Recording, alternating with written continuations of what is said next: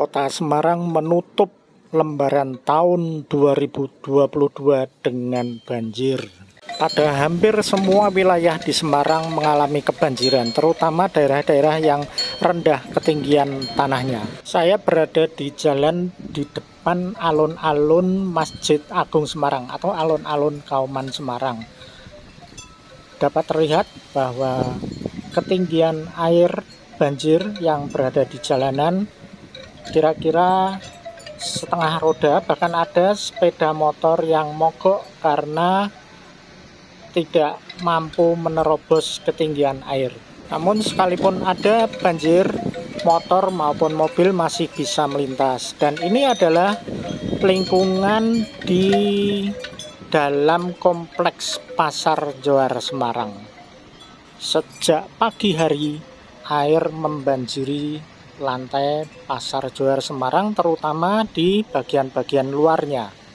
Banjir ini jelas sangat mengganggu para pedagang dan akhirnya Pasar Johar tutup karena ada pagar tembok yang melingkari kompleks Johar dengan tujuan untuk menghindarkan kompleks dalam Pasar Johar dari air banjir dari luar, tetapi justru menyebabkan genangan yang ada di dalam pagar. Mungkin pompa penyedot air yang bertujuan untuk membuang air yang menggenang di dalam tidak mampu mengimbangi curah hujan yang tinggi yang mengakibatkan banjirnya di sekitar Johar. Dan ini adalah kondisi jalanan di depan Pasar Johar, di antara Pasar Johar dan juga shopping center Johar yang ada di depannya. Namun banjir tidak terlihat pada ruas jalan antara jembatan yang berada di samping Johar hingga daerah Bundaran Bubaan. Menurut hemat saya, kondisi lingkungan Johar yang banjir seperti ini mengulang peristiwa pada bulan Februari tahun 2020 ketika masa awal pandemi diberlakukan. Curah hujan memang sangat tinggi sesuai dengan perkiraan BMKG bahwa di semua wilayah Pulau Jawa akan mengalami hujan lebat. Dan ini adalah permukaan air Kali Semarang yang berada di samping Pasar Johar. Sementara ini adalah banjir yang berada di kawasan Kota Lama.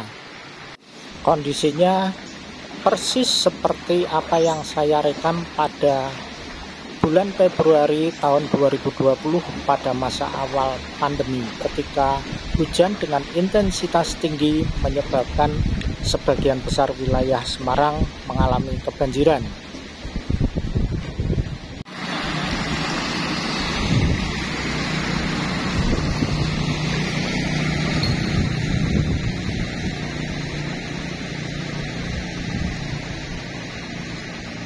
Dan ini adalah hiasan Natal yang berada di samping gereja GPIB Immanuel Semarang di Kota Lama yang juga tak luput dari kebanjiran.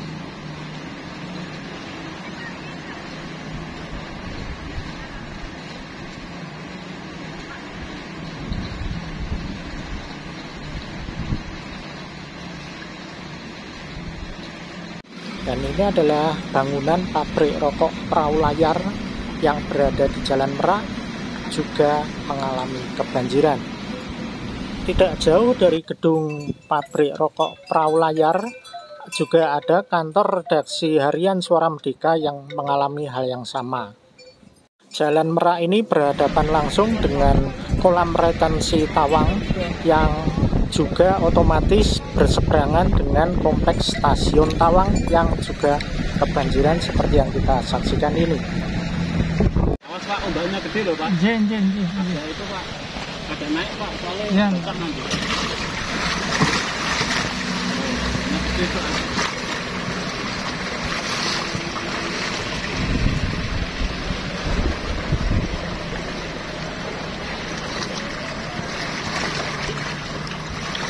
Mobilnya Bapak di mana Pak?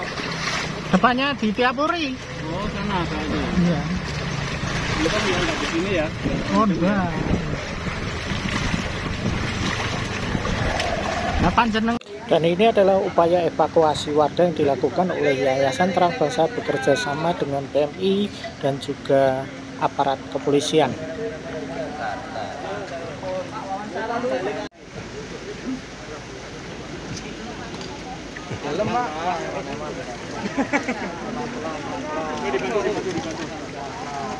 Sementara ini adalah banjir yang juga belum surut di kawasan Marina setelah adanya tanggul yang jebol pada 2 hari yang lalu.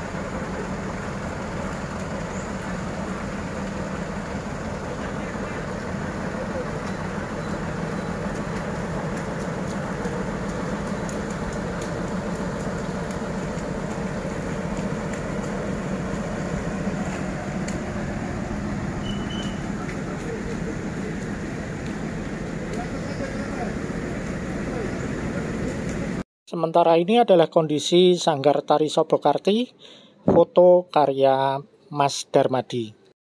Dan ini adalah kondisi seputar Sampokong, kemudian beberapa tempat lain di Semarang yang terekam dari kamera CCTV Dinas Perhubungan Kota Semarang. Terima kasih sudah menyaksikan rangkuman banjir di Kota Semarang pada penghujung tahun 2022 ini.